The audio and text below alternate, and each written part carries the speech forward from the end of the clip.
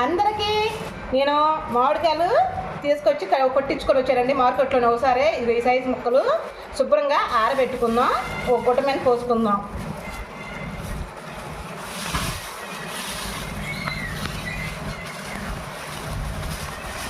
దాని మీద పోసుకొని శుభ్రంగా ఈ ముక్కలు తుడుచుకోవాలండి. 1కి 2 సార్లు మంచి గుట్ట తీసుకొని పైన ఏదైనా చెక్కున్నా అలా శుభ్రంగా తడంతా ఆరిపోయేటట్టు తుడుచుకొని పక్కన పెట్టుకుందాం. తడంతా ఆరిపోవాలి. ఇగో అలా వేసుకుందాం.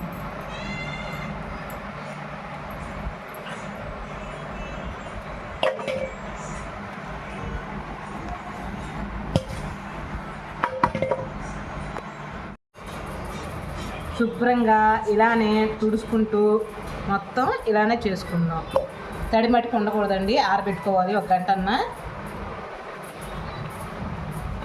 ఇలాంటివన్నీ ఏరేసుకోవాలి.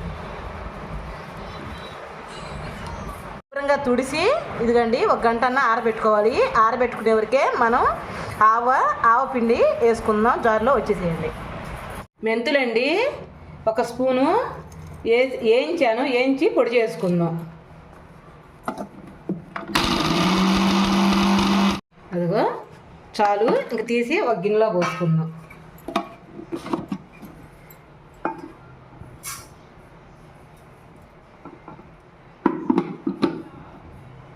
అండి నేను 1 పావు కేజీ తీసుకొచ్చా, కానీ కొలత వేసుకోవాలని చెప్పి మొత్తం జారులో పొడి చేసుకున్నాక కొలత చూపిస్తాను. ఇవి కూడా మెత్తగా చేసుకుందాం.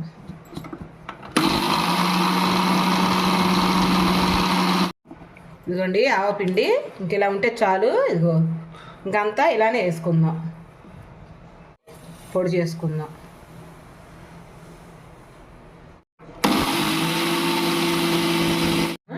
చాలండి, అయిపోయింది. ఇదిగో తీసేసుకొని దీంట్లో పోసుకుందాం.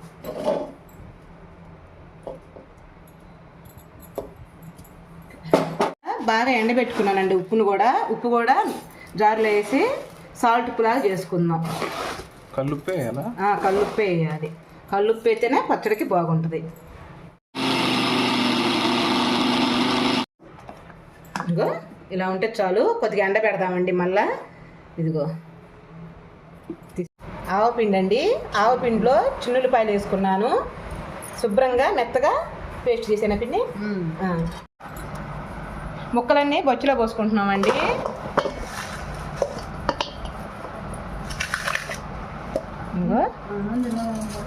నూనె పోయాలి ముందర. నూనె పోస్తేనంట ముక్క మెత్తపడకుండా ఉంటుందంట. అదిగో నూనె పోస్తుంది. 1 హాఫ్ పోసిందండి. 1 హాఫ్ అయితే ఉంచింది, తర్వాత పోసుకుందాం అన్నది. ముక్కలు కలుపుకోవాలి ఒకసారి.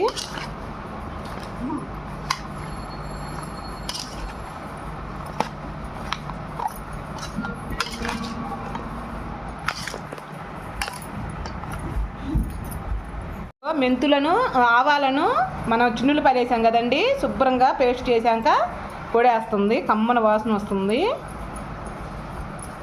ఆవపిండిలో చిన్నులపాయలు కూడా కలిపి మెత్తగా పేస్ట్ చేసుకున్నాం.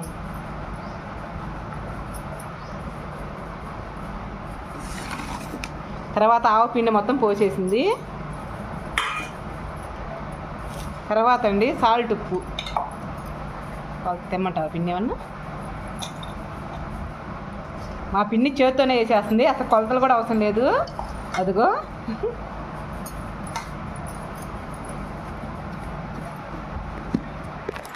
కారము నేను పట్టించానండి, దగ్గరగా ఉండే అరషోడ గ్లాస్ తీసుకున్నాం.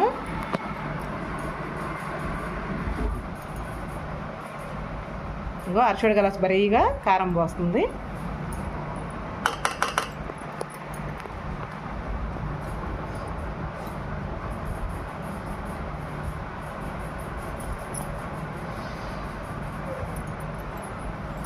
రెండు గ్లాసులు పోసిందండి, అంటే 1/2 కేజీ పోసేసింది కారము.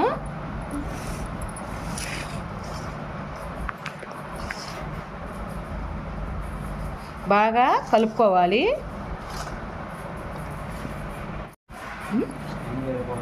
అమ్మమ్మ తెలుసు వస్తుంది.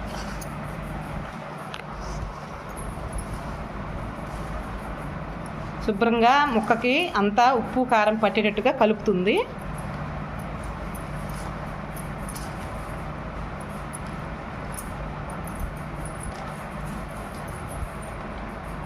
అదిగో 1/2 కేజీ ఇందాక పోసింది కదా, ఇప్పుడు ఒక 1/2 కేజీ, మొత్తం కేజీ పోసామండి.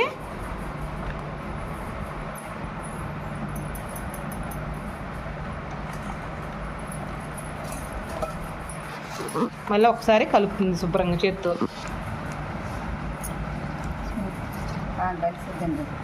బాగా చేత్తో కలుపుకుంటే, మనం గరిటె పెట్టి కలిపితే అంతగా కలవదండి. చేత్తో కలిపితే ముక్కకి బాగా నూనె ఉప్పు అవన్నీ బాగా పడతాయి అని చెప్పి కలుపుతుంది.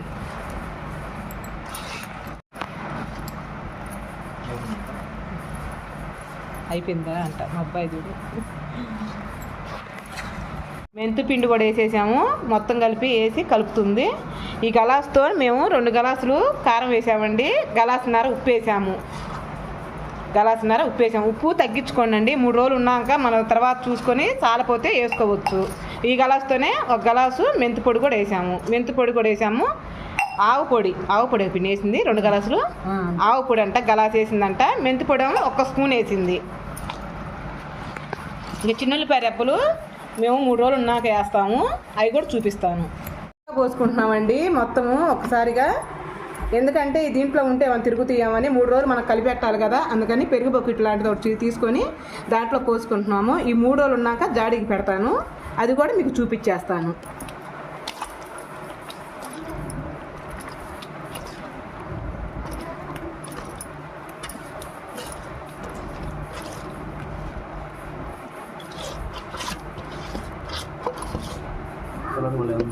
కలర్ బాగుందా, అందుకే రవ్వ విరిసింది. మన గోంగూర పచ్చడి కూడా బాగుందన్న డాడీ, నాయన పెట్టిందంట.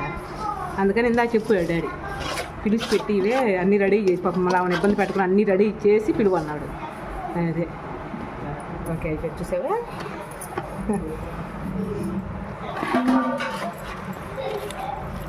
నూనె కొంచెం ఊరిద్దు, సరిపోతుందా?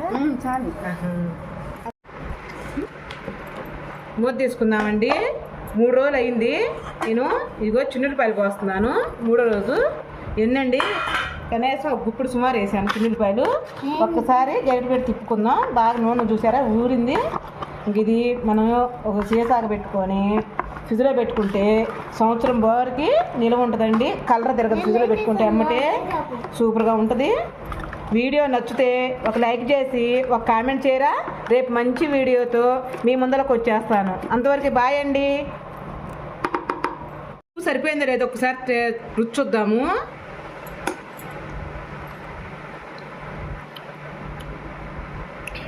సరిపోయిందండి, ఇంకా అవసరం లేదు.